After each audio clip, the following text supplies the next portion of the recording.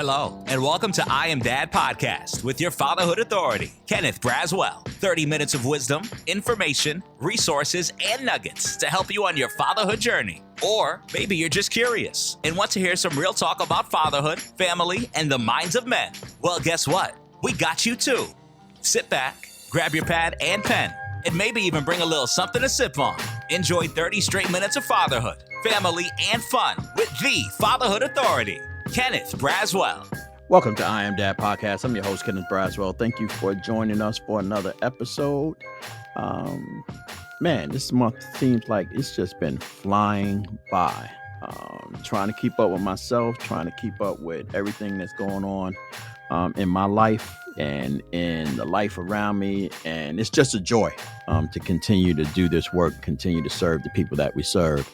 And I'm always honored to have the guests that we have on I Am Dad podcast, like this brother today. He is Matt Stevens, a passionate educator, mentor, and nationally recognized leader in the college and career preparation for youth.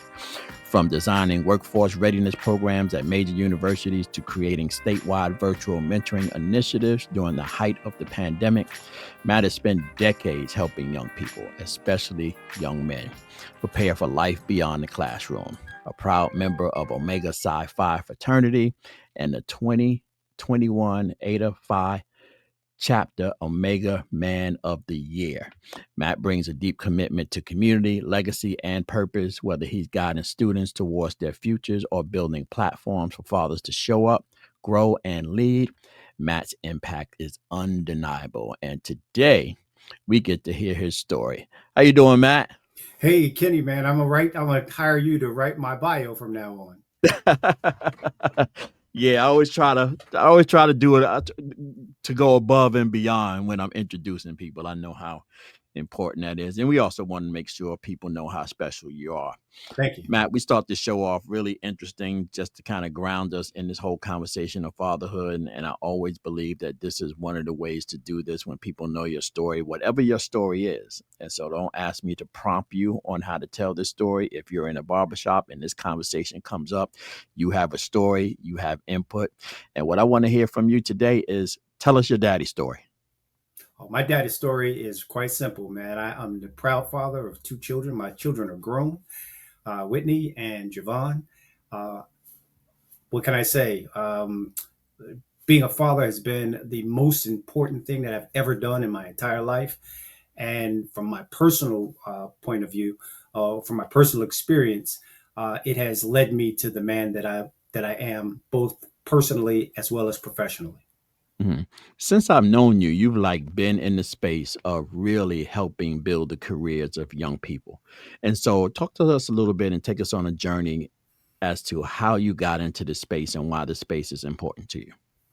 I started early, Kenny. When I was in college, working with a brother named Glenn Bembry. He hired me as a freshman to do a program called the Male Student Support Program. This was back in 1989. And it was based upon the fact that Black men in college were dropping out at a very high rate in the 90s. And so what the college that I was going to, Bloomfield College, decided to do was to create a mentoring program where older men mentored the younger men. Even though I was a freshman, I had went to the Army 4 years. So when I came out with a different perspective on college than some of my classmates.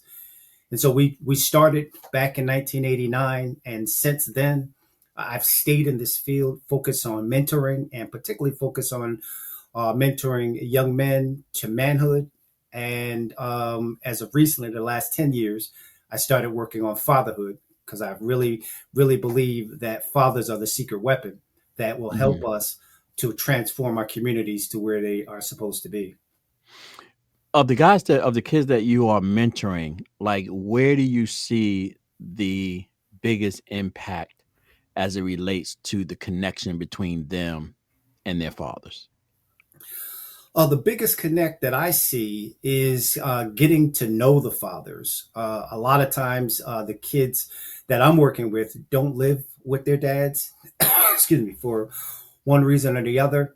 And so helping them to connect with their fathers has been critical to their own development. At a Mhm. certain point, as they're growing up, I start with at around the fifth grade, but by the eighth grade, they really need an impact of a man in their life.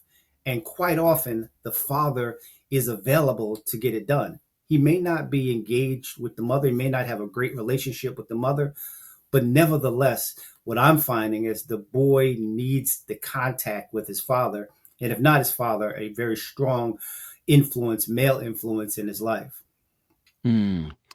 When I was growing up out of New York City, my mother used to send me to North Carolina every year from Mhm. about age like 8 or 9, maybe even younger than that, all the way up until I was like 15. I think that was the last time my mother sent me to North Carolina.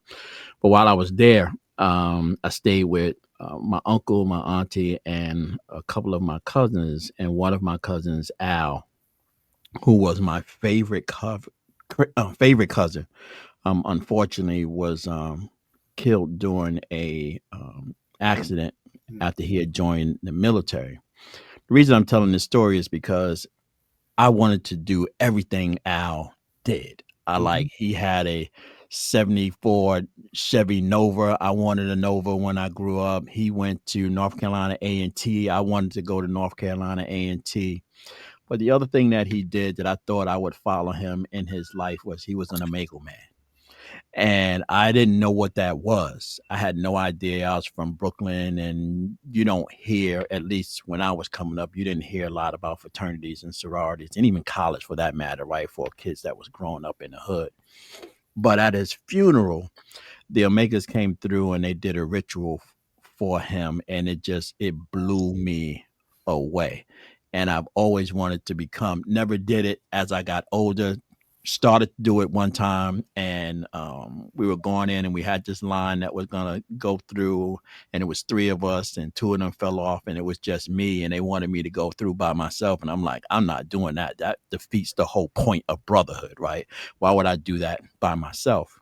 And so I love Omega Psi Phi from that vantage point. And every brother that I've ever met who's an Omega man is a man of quality, a man of focus, a man of strength, and a man of compassion.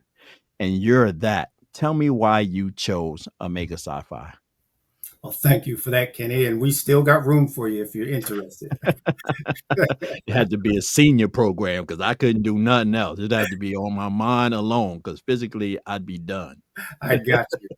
Well, for me, my influence was actually when I was in college. The gentleman, I signed up for the mentoring program to get a mentor. And the first mentor that I received was a guy who had just graduated from college. He was maybe he might have been a year younger than I was because I Mhm. did the Army first.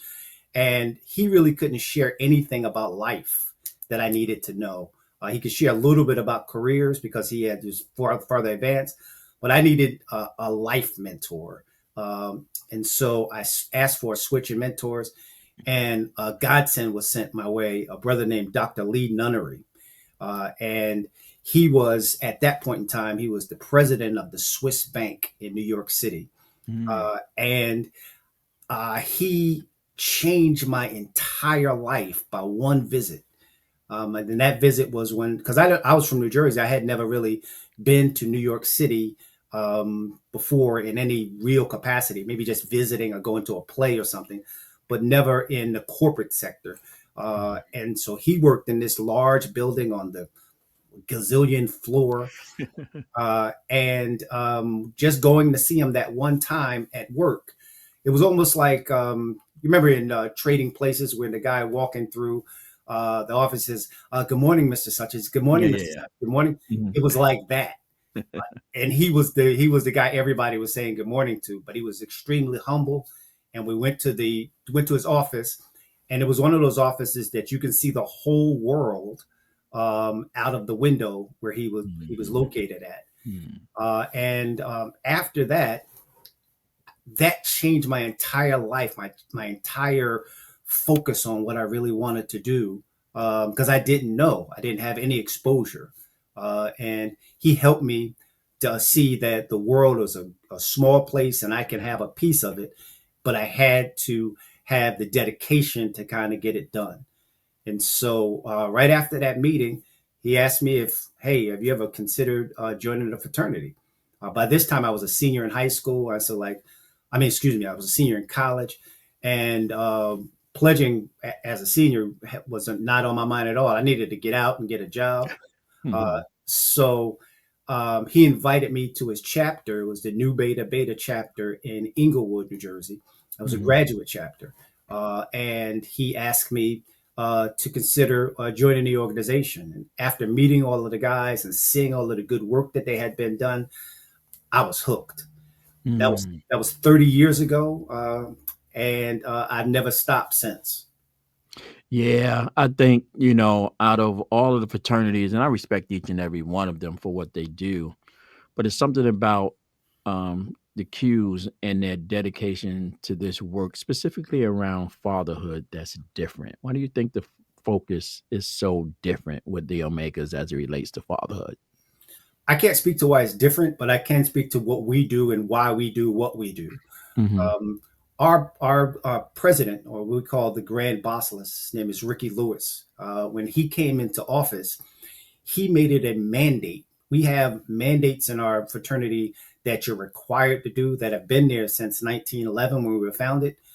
He created a new mandate a few years ago, which all of the fraternities and all of the chapters across the world have to focus on, and that is mentoring and fatherhood.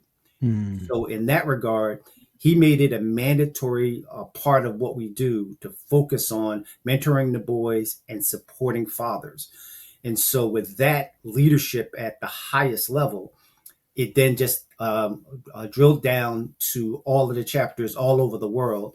And what we're required to do now is to work with great groups in the fatherhood space. We don't want to recreate the wheel, because Mhm. the great work that you and other brothers are doing, we want to promote that and engage that, so that we can spread the work that you've already done. The resources that you have on your website are so tremendous. All we really want to do in the fatherhood space is promote, increase access to the resources. And Mhm. so, with the leadership of Brother Ricky Lewis at our grand level and in my level, I represent the states of New York, New Jersey, Pennsylvania, Delaware, and Maryland. It's called the Second District. Mm. And I work for a gentleman named Amir Sharif. He's our 39th district representative. So our goal in this regard is to follow the lead of the leaders that are out there, like you, and you particularly, because Mhm. all of the things that we have designed have been focused upon the work that you've done over the years. And so I want to Yeah. say thank you for the work that you're doing. And even though you didn't go through, you are an Omega in spirit, brother. Thank you. I really, really appreciate that. Everybody says that to me when they see me. They always like if I'm around you, people look at me and I'm like, nah, bro. I'm like, I'm not. It's like, you not? I'm like, nah, I'm not. And so um others more other brothers of yours have like tried to encourage me throughout the years. I mean, we got some strong Omega men within the responsible fatherhood field that are powerhouses in their own right, from Frank Malone in DC, James Worthy in DC, to Beatty Boone up there in New York. Man, it's just some strong Omega men around the country. Some brothers here in the Metro Atlanta area that's kind of doing the work, of fatherhood still. Haven't been out to the caucus in a while, to the congressional caucus, where you guys have a yearly convening there, where you guys host a meeting about fatherhood, typically with Congressman Fairburn, I think that's his name, out of Right. Chicago. And so it's been a minute. And I need to find my way back into connecting with you all to begin to start elevating this conversation and this work around the country. Um, I think when I first met you, Matt, I met you at an event in Jersey because as we're talking about uh, different. I'm going to talk about New York, the New York, New Jersey area, right? Because it's different, right? And Mhm. so I think when I met you, you were doing an event at, I believe it was Keene University. I think Correct. that's where I met you. David Miller introduced me to you, and I think your book had just come out. You had written a book, and you was, I think it was a book you had written, something you were doing, Mhm. and Kirk Franklin was there. And so I remember that because my daughter was with me, and my daughter at the time was probably about maybe 4 years old, maybe 4 or 5 years old. And Kurt Franklin connected with her. And because I was taking pictures, I had my camera at the time, and my daughter had the camera around her neck because she was always kind of emulating what I was doing. And he had came up and she was taking pictures of the table, and he grabbed her hand and said, "You mind if she just come take some pictures of me?" And I'm like, "Yeah." And like he just kind of like just held her hand, and then she went around, and I got like hundreds of pictures of like this angle from down on the floor up, because she was so small and she was taking all these pictures, and I got all these pictures of her taking pictures of Kirk Franklin and talking to people. I got a chance to see him here in Atlanta when I first came down here. He was performing, and I actually had the picture on my phone. And I said, "Hey man," I said, "You don't." I said, "You probably don't remember me because I've met him a couple of times since then." And he says, "You look familiar." And I said, "Yeah." I said, "I interviewed you at the Potter's House at Manpower." And he says, "Yeah." He's like, "So we kind of went there." And I said, "But that's not the first time I met you." And so I said, "Let me show you the first time I met you." And I pulled up my phone and I show him the picture. And he was like, "Oh my God, I can't remember her name. She had a beautiful name. What is her name?" And I said, Nzinga. He says, "Yeah, she was the one that was following." And he remembered her. And he says, "I think we were in New Jersey." Like he remembered all of Mhm. that. I was so impressed that he remembered all of that.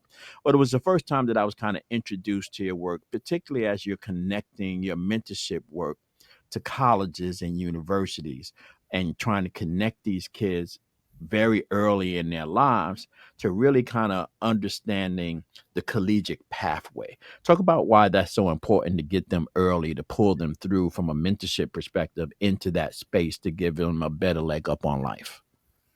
Well, a lot of the kids that we're working with in inner cities all over this country, they don't have role models that have gone to college, Mhm, or in a lot of cases that are working in jobs that they can't they don't have any experience in, but they may want to do it, but they don't know any lawyers, they don't know any surgeons, they don't know any AI professionals. And so it's hard to make the connection to why should I go to college and pay all of this money and just go to 4 more years of school mhm, without understanding all of the things that college or education after high school can get them. And so that conference was extremely important. We used big name people to kind of expose them and to get them interested, like Kirk Franklin and Naeem mhm, Akbar, and we had what's the guy on MSNBC on Dyson, mhm. Eric Yeah. Dyson, Mhm. all of those guys to kind of come out because they see them on television, but they can't touch them. Right. And what all of them, from Franklin to Akbar to all of them, they all had the same experience. Like, hey, I'm doing this because I really want to talk to the young kids, Mhm. let them know that they can do exactly what I've done, and that I'm not some uh, bigger than life person. And your experience is exactly what we wanted all the 500 kids that attended to have that same experience, to have a feeling that they can do it, and then Mhm. follow through with them to give them the resources and access to those resources to get it done. Yeah, because is interesting because the reason that I talk about the Northeast, particularly up our way, New York, New Jersey, being different, because when I was growing up in Brooklyn, college no one talked to us about college, right? It was graduate from high school, get a civil servant job, find an apartment, and live the rest of your life. Be great from that point forward. But it was when I was coming to the South and saw all of my cousins who were graduating from high school at the same time as I was, all of them were going into college, and I couldn't understand like what was the difference between where I grew up and where they grew up.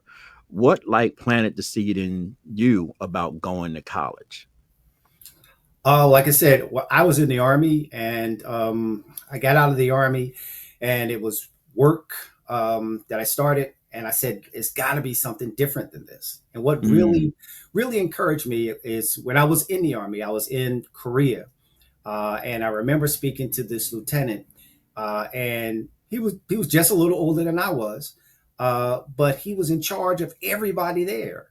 mm, I was driving him one day, and I says, "Well, how did you become the lieutenant? Now you're in charge of everybody here, and you're not that much older than I." He says, "That's what college will get you," and that stuck. mm, That stuck with me. And another experience that I had in Korea that really made me want to go to college. Um, I had not read a lot of. I wasn't a big reader in high school, and so I was in a room in Korea. You have to room with the. They have a rule that all of the males in South Korea, have to join the army after high school, and then they have to do 4 years, and then they move on. mm, And the name of their soldiers are called katusas. And mm, so what the Katusa that I stayed with, his name was Lee. He was going to the University of Seoul at the same time he was in the Army. And he had one day had asked me, he says, Stevens, can you shed some light on Malcolm 10? And mm, I didn't know what he was talking about. mm, And so he says, here, he showed me the book, and it was Malcolm X. And I hadn't read the book. mm. And so what he says, wow, I can't imagine that you have access to this and haven't read it. Well, read it with me. And I read my first autobiography of Malcolm X in Korea with Lee. And that changed my concept on education and self-discovery.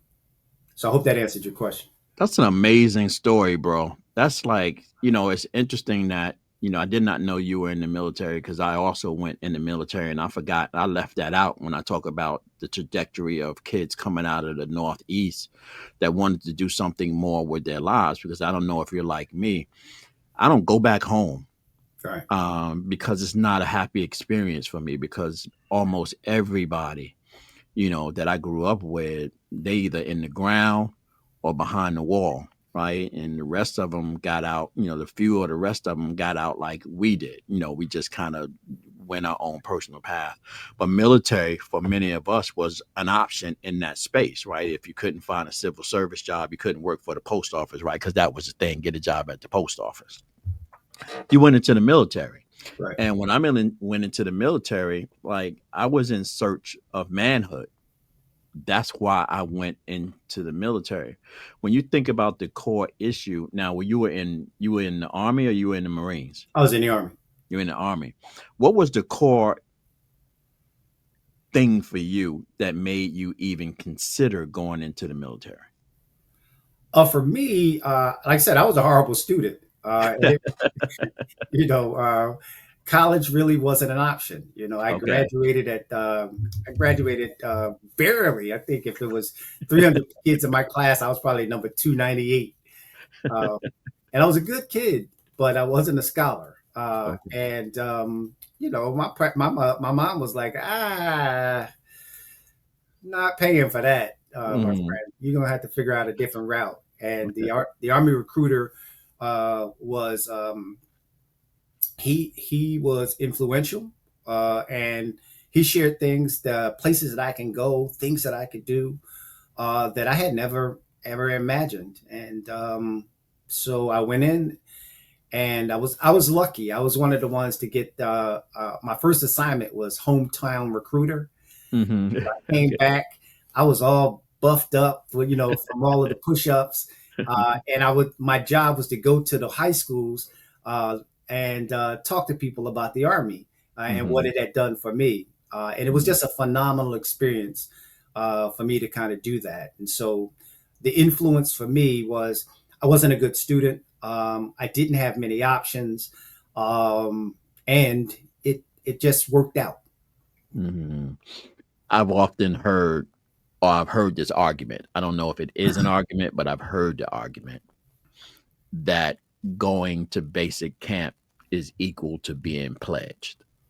Which one was harder for you?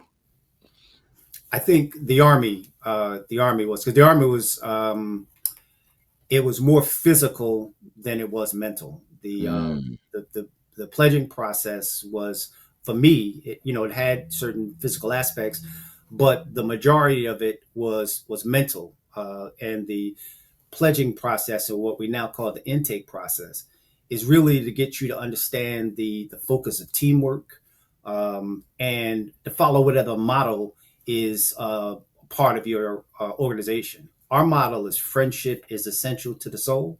mhm, And so that process for me, it was just another elevation. The Army was like my foundation to help me understand the difference between being a boy and being a man.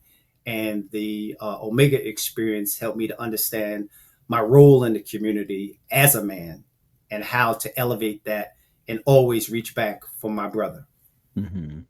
Your work also strengthened a little bit during the pandemic. It impacted all of us, some of us in more negative ways than others. But you, like myself, I actually became stronger during the Mhm. pandemic. My organization grew by leaps and bounds during the pandemic, right?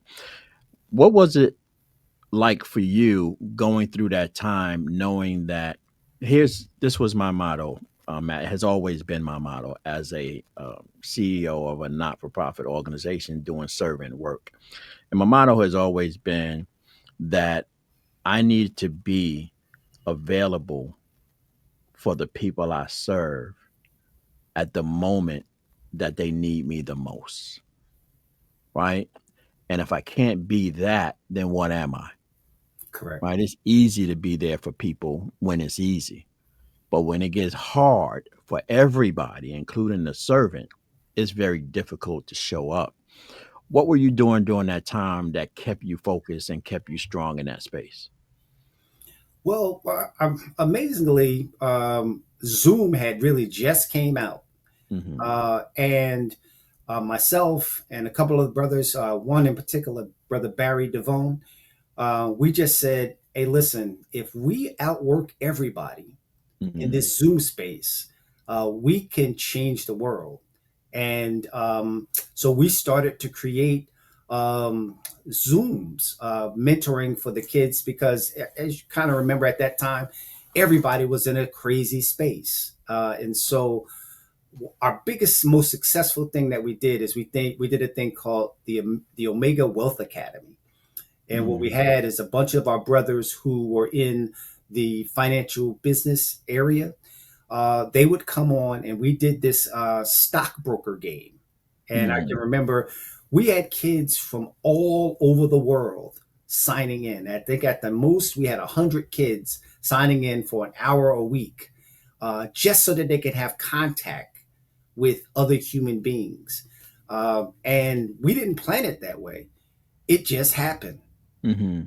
And so we were prepared.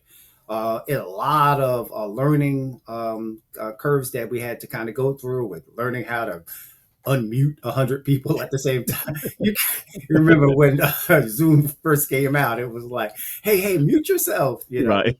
That was a challenge, but we kept it lighthearted, and we kept it. We didn't want to make it a class. We made it Hmm. fun, and because it was about money, the kids really kind of plugged in, and they really appreciated it. And from that platform, it allowed us to really just expand. And I actually worked with Brother Devone in a professional capacity. Him and I worked for the Orange Public Schools, and the public schools were closed, but the kids needed things to do after school. So we Hmm. created a virtual after school program Hmm. through the Orange Public Schools. following the same thing that we did with the fraternity, and it was successful with leaps and bounds. Wow. What are the typical ages of the kids that you mentor? Between 10 and 24 at different stages. We start out around 10, that's around the fourth or fifth grade. And all of our focus on mentoring is transitional mentoring. So we try to start out at the later end of elementary school, the fourth and the fifth grade, helping to make that transition to middle school, because that is critical. That's Hmm. where they stop being little boys and they become boys, and that they can stop growth right there, particularly with all of the stuff that's going on now with the drugs and the guns and sex and all of these things without the guidance. And it's a transition. I know in Jersey, and in New York particularly, because New York is more of the kids in New York get on the subway, they get on buses. Hmm. Most kids in New York don't have parents driving them to school. Right. And so, in New Jersey, where I'm from, it your elementary school is really close to your home, and it's a walking situation. But the middle Hmm. school and the high school are a little further away, and so it requires you to leave the comfort of your neighborhood, and anything can kind of happen in that regard. So Hmm. what we do in the mentoring space is we do a elementary to middle school, then we do a middle school to high school, and so then with the kids that we mentor in high school, those kids get our scholarships, and then we mentor them when they get to college. And if they decide to an interest in an organization, that's cool. If they don't, that's cool as well. But they then become the mentors for the kids, because I'm like creeping up just like you. I'm 60 years old now. Mm. Kenny, I don't know what these rappers are talking about. It's not, and I like Public Enemy, I can understand them. KRS One, Rakim. I have no idea what little Dirk or little whatever the little guy is that's Yeah, rapping. yeah, yeah. There's a whole bunch of little guys, and Little so guy. I don't know what they're talking about, but I know that our kids listening to it, and so that's right. why we just do a rotating thing where the kids that we've mentored, our expectation of them is to come back and help us mentor these kids. Yeah, I was listening to "Don't Believe the Hype" the other day by Public Enemy, and I was listening to the lyrics, and I was just like, man, these freaking lyrics are so deep. Like, I'm to your point though. There's some of the newer rappers I can listen to sometimes and kind of get a message. If I slow myself down and really kind of focus on listening to them, but sometimes it just gets past me. But I always settle in this, man, and it is every generation, every new generation Mhm. of whatever it happens to be, in this case, music, there's few generations behind them that hate their generation or at least don't understand their music and where they're coming from. And when I look at myself now, it's just kind of like, wow, I never thought I'd get in position in life where there would be a genre of music out here that I don't like, right? That I don't like. It's just crazy how the cycle of life kind of flips around and then you end up on another side. I actually want to when we're done, I'm going to get your address. I think I have it. But the reason that I asked you what ages you mentor, because during the pandemic, I kind of wrote, three other books, two in particular, didn't, and I haven't really done anything with them. Mhm. One of them was an affirmation book for young boys. The other one is an affirmation book for young girls, Nice. because I really believe that um, it's important that we affirm our kids, right? That we show them not only how important they are and how resourceful they can be, but how important it is for them to speak life into themselves, right? Because I think that we sit around and we wait for approval of society, and for our younger folks, that approval comes through social media. How many people like me? How many people Mhm. engage in my posts? How many people you know share my information? And we kind of lose the connect with respect to what true friendship looks like, right? So in this mentoring space, as you move and working with these kids, particularly in this Gen Z and alpha kids, these are different kids than what we were, right? What's Right. some of the differences that you're seeing with the boys that you're working with now, and yourself being a boy? What's the difference?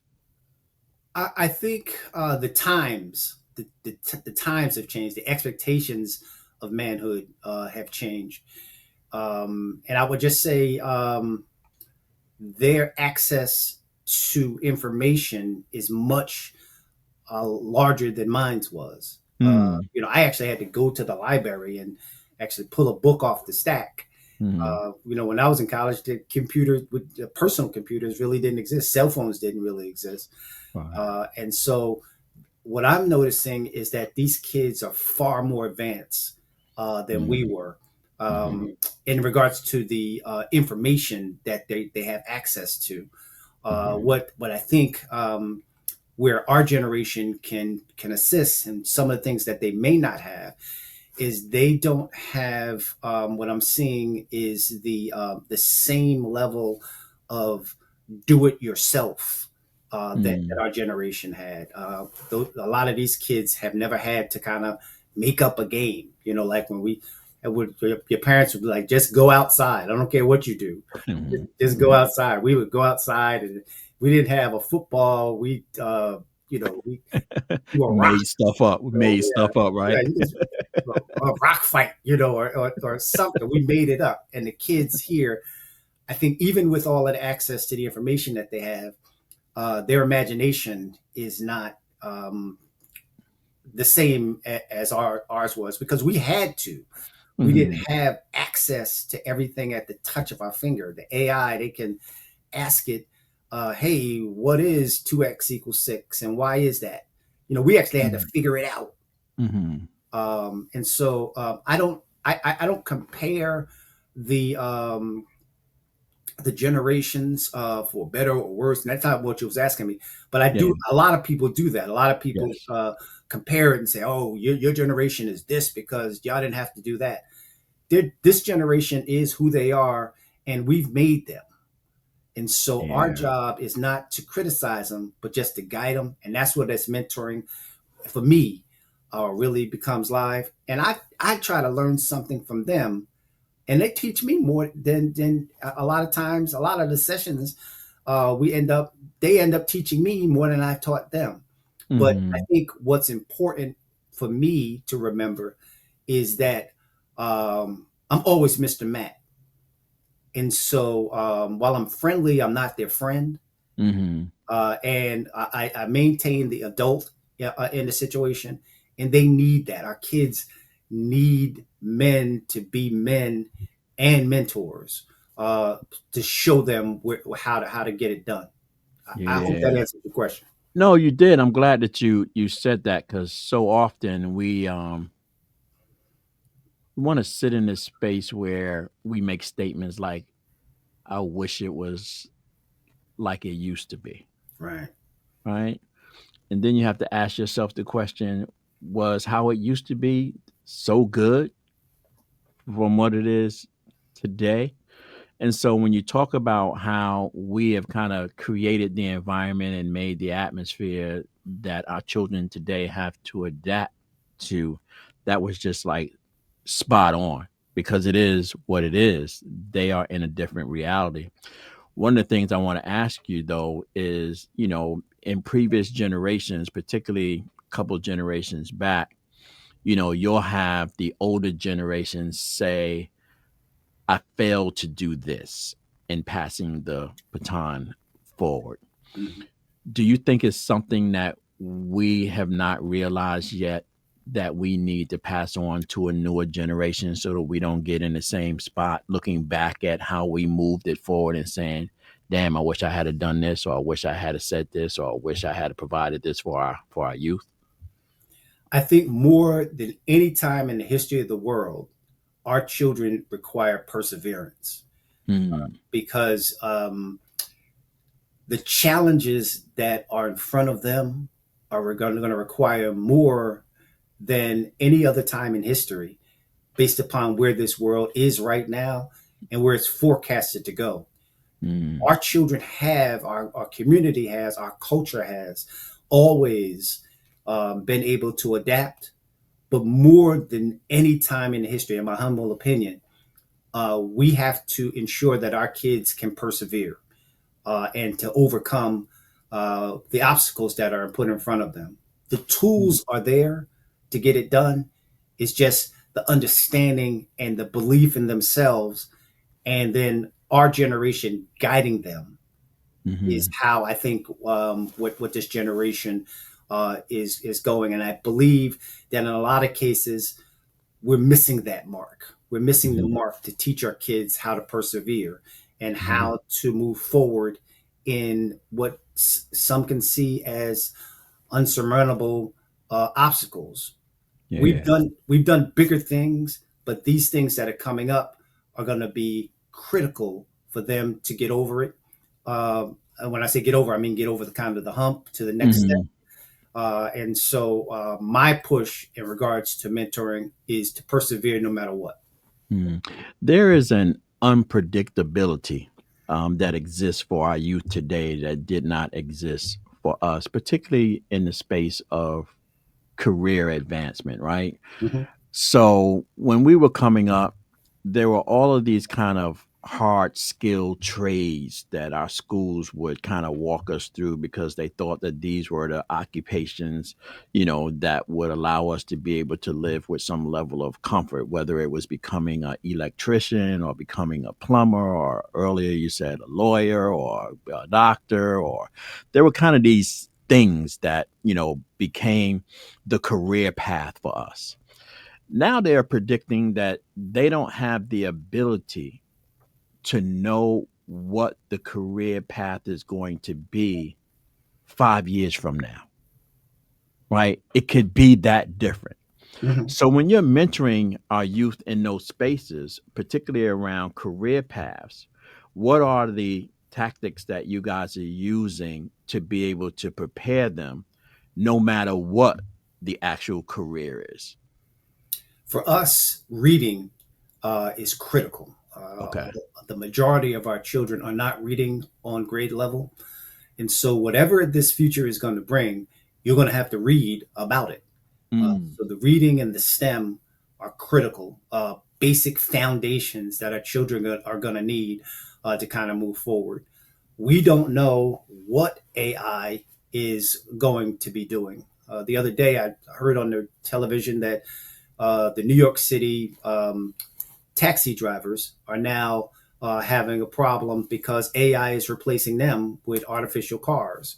The Mhm. same thing was being done at the airport in probably was New York, but I know at least Newark. A lot of the unions were not the airports, but the seaport. They had a problem because of artificial intelligence or machines were taking the place of some of the great union jobs that were existing. Well, Mhm. newsflash: artificial intelligence is coming. It's Yeah. here, and it's going to be taking what those jobs that used to be standard jobs. Those jobs are no longer going to exist in the next 20 years.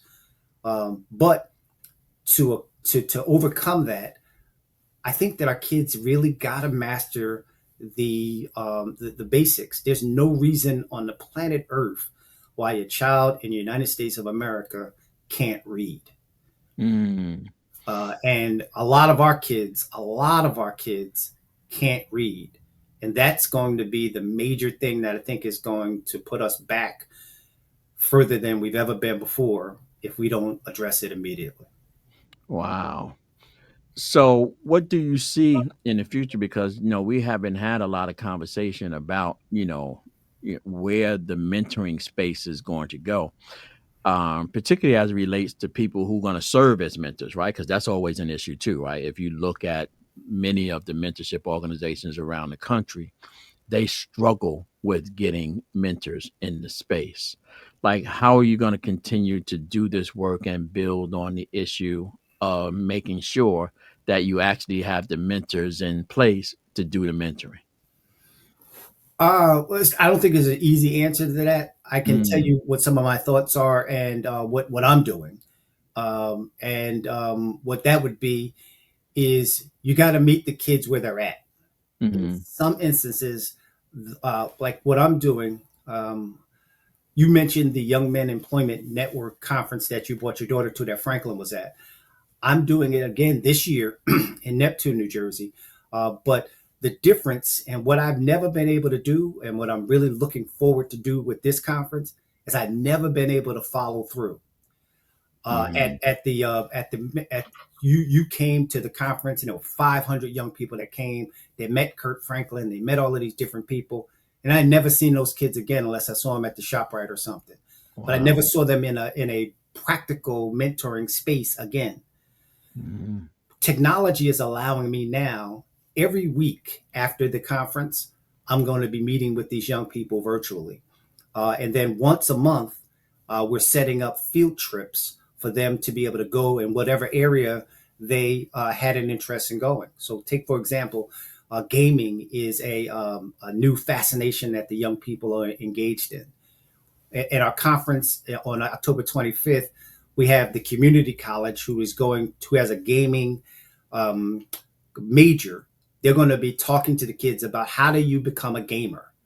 And then we're not going to stop there. Then every week, we're going to have a virtual session that focuses on the life skills. And then once a month, we're going to go to that college. Those kids that said they're interested in gaming, once a month, they're going to go to the college to participate in some type of gaming activity that they do. So Mm-hmm. they'll be on campus 8 out of the 10 months uh, as follow up. They'll have 40 different um, virtual sessions that we're talking to them about life skills, about preparation, about perseverance, about savings, all of Mm-hmm. those different things. And so, in answering your question in conclusion, what I believe that mentoring has to do to move forward is they have to adapt. The model of one-on-one may not it may not succeed. Right. Um, you may have to do what I'm doing is I'm engaging the kids, meeting them and where they're at, and working consistently through.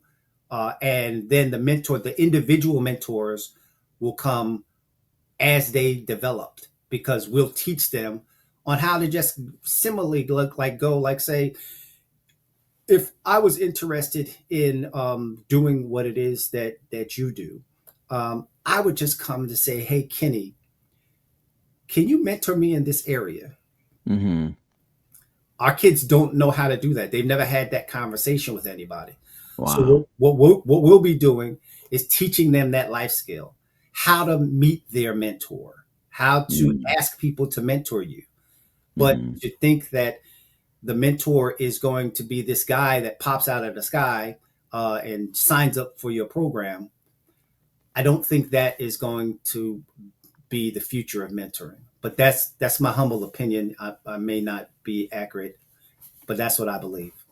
Yeah. Well, you darn close, because I think that's where it is headed as well. I've long since said, um, going on a one-on-one mentoring days organizationally. There's always going to be kind of one-on-one mentorship, on a personal level, right? Mhm. And so, but as an organization whose programmatic activities is relying on people to come in and be one-on-one mentors, I just don't see that happening in the way that it used to happen back in the day. So, I'm on this journey right now, trying to move into a different space, and people are like, "Kenny, you leaving the fall?" I'm like, "Nah, I'm expanding because Mhm. there's more of me than just this, and there's other things that I want to pursue and talk about." So the thing that I'm talking about now is you brought it up earlier, and that is my season space, right? And so I'm on the 60 plus side, and I'm beginning to start to think about um, my life and what I've done and the impact of my life. Have you begun to start thinking about your legacy and what it is you want Matt Stevens to leave behind?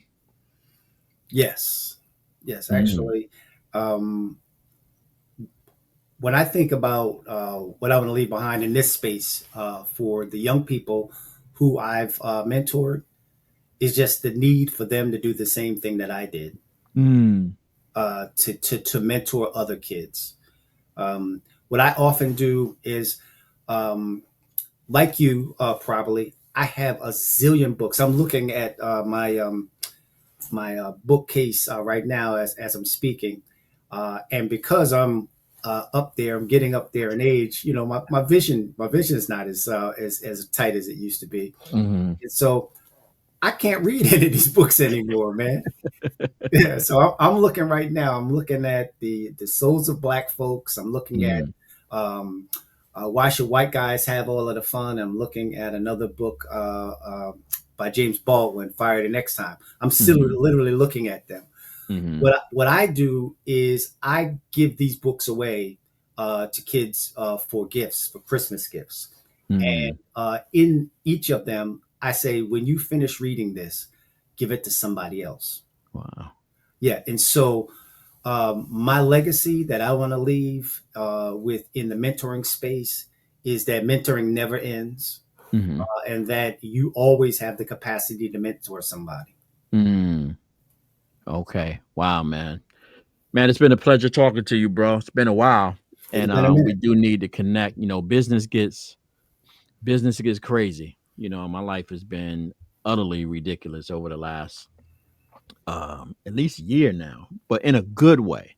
Good stuff. God is just doing a lot of wonderful things in my life and our organization, and you know, my immediate family, and my focus sometimes are is everywhere. And you get to a point where you're really literally just trying to maintain, right? So you don't want to lose control over what you have. And I'm trying to find a space where I can begin to start talking about that publicly, so people who are doing the work that we're doing and scaling kind of understand that there's this other element of the stuff that we do that is outside of the purity of just serving someone, but the responsibility of being a great steward over that which gives you the ability to serve, right? Correct. And so, and the bigger and bigger you get, the harder and harder that becomes. And it kind of takes you away from the things that I love to do, which is to be on the ground talking directly to dads, to really just making sure that the infrastructure stays in place, you know, so that I can continue to do what I'm doing, you know, at scale. And so I want to talk more and more about that, so folks who are coming into the space kind of understand what that looks like. The other thing I want to begin to start doing is really talking to folks about how to create sustainable organizations based on causes, and specifically this cause of working with men and boys, and in this case here, Black men and boys, and the difficult nuance in doing that that's different from working any other causes. I just literally last night wrote an op-ed piece based on an article that was written in Chronicle of Philanthropy about how not-for-profits have to stop relying on federal funds, that they had to start looking at diversifying their funding base. And as I read it, my op-ed piece speaks more to for those of us in this particular space, there is another nuance that isn't taken into consideration when it comes to funding, and more specifically individual donations.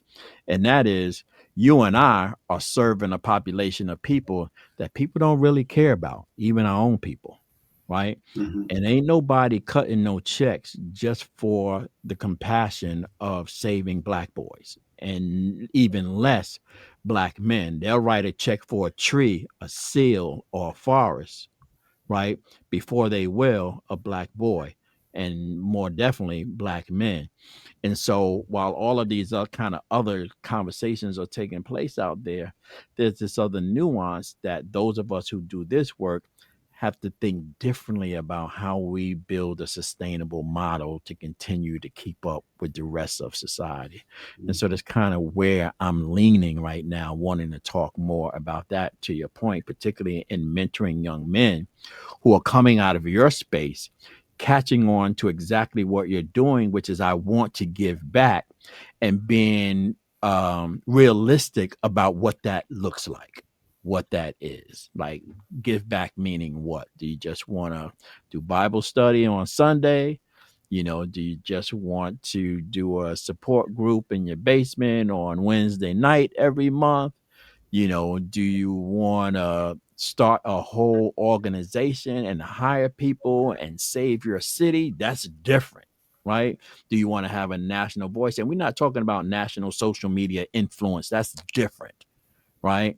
It's different from being on the ground. And how do we talk to our young people, particularly those who have an affinity and love and compassion for their own community? How do you build a sustainable infrastructure that allows you to do that at scale with efficiency and with excellence, right? And so that's I'm in that space now. How do I begin to start doing that? And so as I see, you doing that, I'm trying to corral other guys like us in this space. Because when I talk about people kind of moving out and not giving back, I think has been one of the problems with the responsible fatherhood field and the mentoring field, that no one from an organizational perspective has come back to kind of feed us, to help us kind of understand that, so that we start from that base. And I said, I'm not going to be one of those. I'm now getting in this space where I'm beginning to think about, how do I put my words on paper and then my papers out into the space and my voice into the space, so people have something to lean on? And how do I create an infrastructure in my local space that can be a framework for how you do what you want to do, not how you do what I do? There's a Correct. difference, right? Absolutely. There's a difference in that. Because I think it was, oh man, I was reading something. No, it was Dr. Miles Monroe. Hmm. I was listening to a sermon of his the other day, and he says, you will never be good at being someone else. And the closest to perfection that you will ever be is to be yourself. And I was like, whoa, we so outside of the box now when it comes to that. Hmm. That is not even funny. And so I appreciate the work that you do. I do want to support the work that you're doing. I'm going to, like I said, when we hang up, I want to get your address, because there's some books that I want to send to you to get to your boys. I stockpile books. Like every time I talk to somebody and they've written a book, I purchase them because I want to interview them, but I also purchase them to give to people who come through. To your point about passing knowledge on, I think that's one of the things that we have to think about when it comes to young people. And that is, so the difference between having a whole bunch of knowledge and having wisdom, and the importance of both of them. And how do you get both of them, right? And so wisdom comes through life experiences, learning from your mistakes, and committing to do better than you did before. But you got to live in order to do that. That don't just come to you, right? And everybody has their own life experience journey that gives them expertise in particular areas in life that you get solely because you just live. Nothing else you do. You just live in. Tell people how they can get in touch with you, Matt, and how they can support your work. Great. My name is Matt Stevens. You could reach me at in my fraternity area. The email address is omegamentors@gmail.com. My number is 973-820-8999. And may I say one last thing about a special event that we have come out, Kenny? Go for it. Mm-hmm. Following your lead, and the brother in Chicago that created the The Million Million Fathers March. Fathers March. I met him once with David Miller. Mm-hmm. Um, on Saturday, this Saturday, as the leader of the second district in the mentoring space, we're going to require 5,000 men to participate in this activity on September the 19th. So we're really looking forward to that particular activity. And then following that up, we've just made a deal with a group called Our Kids Read, where we're going to be able to put 15,000 books in the hands of dads so that they can read with their kids. And Kenny, 100% of what I'm doing for the fraternity in this area of fatherhood is based upon the work that you've done, the example that you've led, and that the experience that you've helped guide me in. I never ever been able to tell you thank you for all of that you've done, but I wouldn't be in this space to do this work with these men if it wasn't for the leadership that you've done and your friendship. So, brother, I want to say gratefully thank you for what you do. Your mentorship for me is helping me to help all of these people. Thank you so much, brother. I am appreciative. I'm honored and humbled, by that. And I want to make sure that I get some books in the mail to you so that I can add to that number. And to all of my I Am Dad podcast listeners, you know how I like to leave you. Always be kind to others as you are kind to yourself, or you might find yourself by yourself. Always shoot high for your goals, because even if you miss, you'll be amongst the stars. And as my good friend Art Mitchell always said to me, Kenny, it's nice to be important, but you know what? It's much more important to be nice. Until next Sunday, God bless, be safe, and peace out. Thank you so much for taking the time to spend with us. You've been listening to I Am Dad podcast. We hope that you have been informed, encouraged you to think, or even inspired your heart for the love of dads. The conversation does not end here. Come back and join us next week.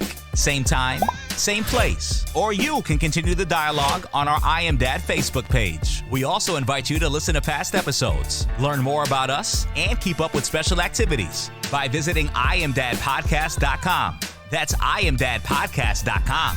Until next time, I leave you with this reminder of manhood from 1 Corinthians chapter 13, verse 11. When I was a child, I spoke as a child. I understood as a child. I thought as a child. But when I became a man, I put away childish things. Because of this reminder, I will always understand that I am Dad, period. Yeah.